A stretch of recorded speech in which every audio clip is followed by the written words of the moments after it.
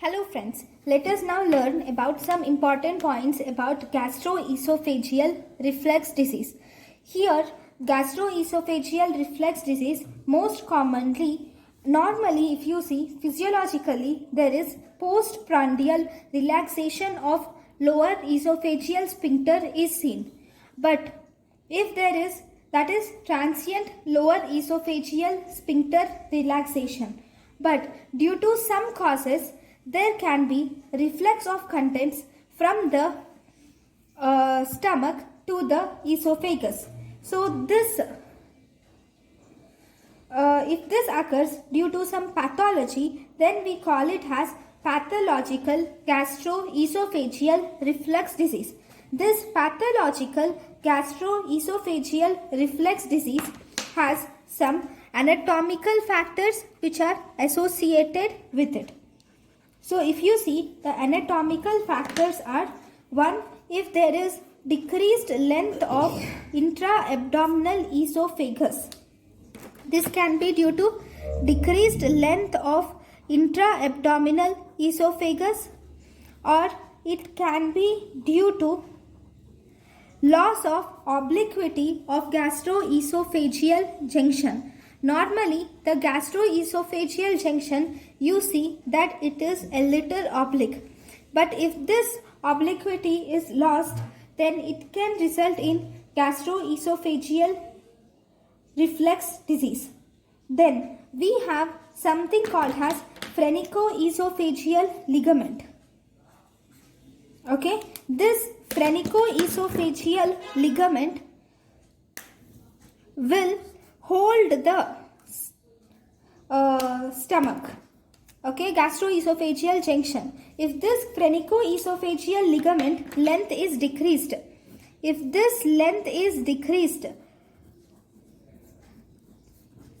even then it can result in a gastroesophageal reflux disease. Then this diaphragm, especially the right crus of diaphragm, will have pinching action on the stomach. If on the esophageal junction, if this pinching action is lost, that is decreased pinching action of right crus of diaphragm, even this can result in gastroesophageal reflux disease. So all these are the physiological anatomical factors resulting in gastroesophageal reflux disease. Then if you see, some drugs can also result in gastroesophageal reflux disease. The examples of the drugs are those drugs which will decrease lower esophageal sphincter pressure, like prostaglandin E1, E2, progesterone, morphine, meperidine, theophylline, barbiturates, diazepam, dopamine, calcium channel blockers, atropine and nitrates. All these drugs will decrease lower esophageal sphincter pressure. Similarly, foods like chocolate, coffee, alcohol, peppermint, smoking and fat, all these also decrease lower esophageal sphincter pressure. Once this will decrease the lower esophageal sphincter pressure, then there is esophagitis, there is reflux of contents from the stomach to the esophagus. If there is reflux of contents from the stomach to the esophagus, there is reflux of acid into the esophagus. Once there is reflux of acid into the esophagus, the esophageal wall, which is made up of squamous epithelium, cannot withstand the acid which is refluxing into the esophagus. This will result in ulceration. This will result in formation of ulcers and erosions in the esophagus. And finally, it also results in fibrosis and stricture formation. It results in fibrosis and stricture formation. So this is one pathological process. Then it will also, on long term exposure, if this undergoes long term exposure, then this results in the columnar metaplasia occurs, and because of this columnar metaplasia, this is first it is squamous cells, but now because of this acid, there is columnar metaplasia occurs and results in Barrett's esophagus. And this Barrett's esophagus can at the end result in adenocarcinoma as the complication. Right? Now, what are the clinical features? Clinical features, now, because of this reflex or regurgitation, the patient suffers from retrosternal heartburn is the most common feature, where the patient has heartburn, epigastric pain, and definitely there is regurgitation. The most common presentation for gastroesophageal reflux disease is regurgitation, is heartburn, most common presentation is heartburn. There can be dysphagia also, and there can be regurgitation. Sometimes heartburn with dysphagia and regurgitation are called as triad of gastroesophageal reflux disease. Sometimes this will cause, when it causes erosions and ulcers, this results in painful swallowing because of erosions, which is called as odynophagia. If these erosions are severe, it can also result in hematemesis. But these are though rare, but they can cause hematemesis. And sometimes this reflex which you are seeing, it can reflex back. See, if this is the esophagus and here you will have trachea. This is the laryngopharynx. Okay. So the contents of these can reflex back from the esophagus into the trachea, and if they reflex into the trachea, they can cause the complication of lung abscess and aspiration pneumonia. And because of this aspiration pneumonia and lung abscess is most commonly occurs in children, and the children presents with chronic cough, shortness of breath, hoarseness of voice, and wheeze. Right? Next. How are you going to diagnose it? If you see the diagnosis or investigation, most important is investigation of choice of GERD is 24-hour ambulatory pH monitoring.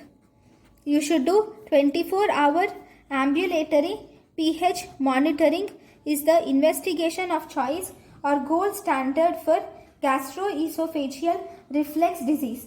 This tells us about the number of reflux episodes, longest reflux episodes, and also, and before you do this procedure, you will have to stop the proton pump inhibitors at least 3 weeks prior, and then you should do this 24-hour ambulatory pH monitoring. And in order to exclude this Barrett's esophagus, you should do endoscopy and biopsy. Then for these anatomical factors, to exclude these anatomical factors, you should do barium meal for the anatomical factors.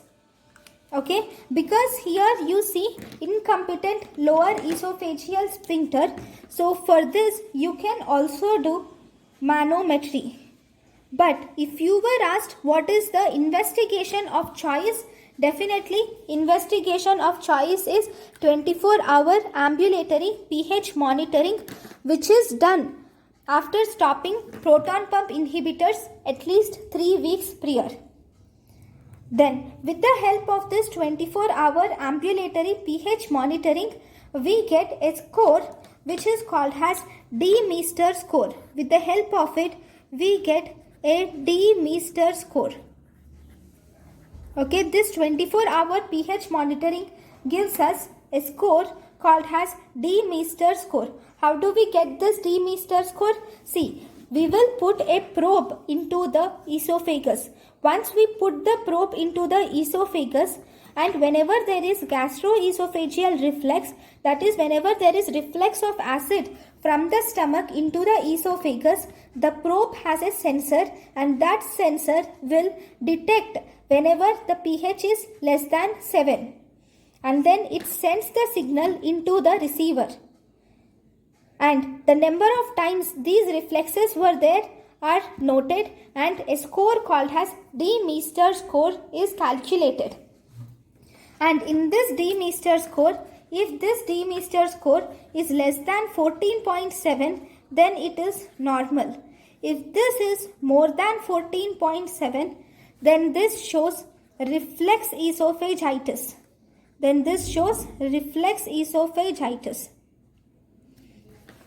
This is how you diagnose the D-Meester scoring.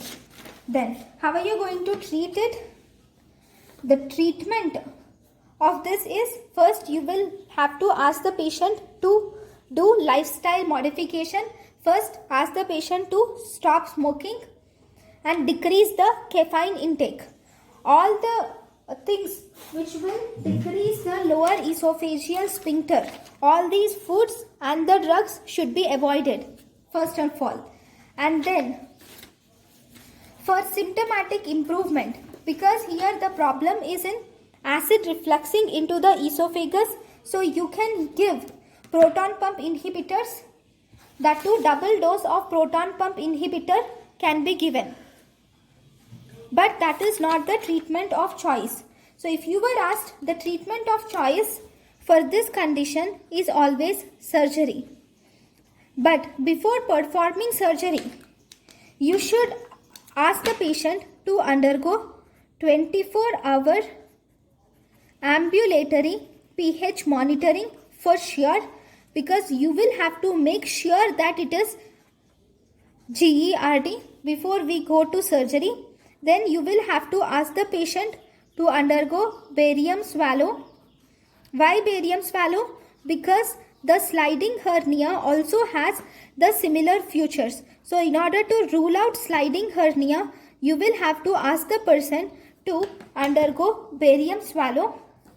Then you will have to ask the person to undergo endoscopy with biopsy, because you will have to rule out the Barrett's esophagus also. Because if you remove or leave Barrett's esophagus, then this Barrett's esophagus can predispose to adenocarcinoma. So you should rule out Barrett's esophagus also. So if you were asked what is the gold standard treatment for this, is the gold standard treatment for this gastroesophageal reflux disease is laparoscopic Nissen's fundoplication.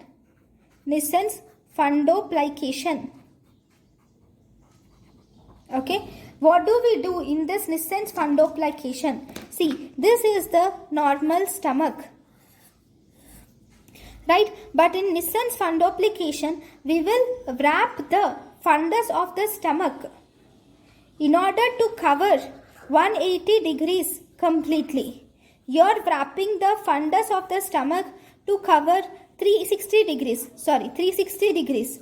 You are wrapping the fundus of the stomach 360 degrees completely, so that this will strengthen the lower esophageal sphincter pressure. And once it strengthens the lower esophageal sphincter, there is no gastroesophageal reflux disease. But the problem in this situation is the side effect. it can cause gas bloat syndrome. Because this Nissen's fundoplication, we are giving 360 degrees rotation. This will not even allow the gas to escape from the stomach to the esophagus. Because the gas does not escape, so this will result in accumulation of gas in the stomach and the distal part of GIT. So this is one important thing which is very important. Okay, so in order to resolve or decrease this gas bloat syndrome, we loosely wrap this fundus, and this loose wrapping of the fundus we have given a name called as floppy Nissen's fundoplication. In floppy Nissen's fundoplication, here also we give 360 degrees wrap, but here it is loosely wrapped. That is one important thing. Right. Then we also have other wrappings similar to this. We have different named operations. For example, we have Watson's fundoplication. In Watson's fundoplication, this fundus of the stomach is wrapped 90 degrees. It is A for anterior. Anteriorly, the fundus of the stomach is wrapped 90 degrees anteriorly in Watson's fundoplication. Then in Dors, we have Dors fundoplication. In Dors fundoplication, here this is O. O looks like A, right? So even here it is wrapped anteriorly and it is 180 degrees anteriorly. Dors fundoplication, where fundus of the stomach is wrapped 180 degrees anteriorly. Then we have Taupet's fundoplication. In Taupet's fundoplication, we have P here, so it is posteriorly. And tau starts for T. So 2. T and 2 are with T, right? 270 degrees. You can remember T for 2. Okay. 270 degrees posteriorly is Taupet's fundoplication. Then we have one more and the last fundoplication, which is Belsley Mark IV. Belsley Mark IV fundoplication. Here also we wrap 270 degrees, but here E is there. E for A. A-E-I-O-U, it is a vowel. So even here 270 degrees anteriorly. So these are the different types of fundoplication. Among the best type of fundoplication or most commonly performed fundoplication is Nissen's fundoplication is most commonly performed, right? But among the partial fundoplication, the most commonly performed are Dor and Taupet's are commonly performed among the partial fundoplication. But Watson's and Belsley Mark IV are rarely performed type of fundoplication. So this is about the treatment of gastroesophageal reflux disease. Thank you guys for watching my lecture. Thank you.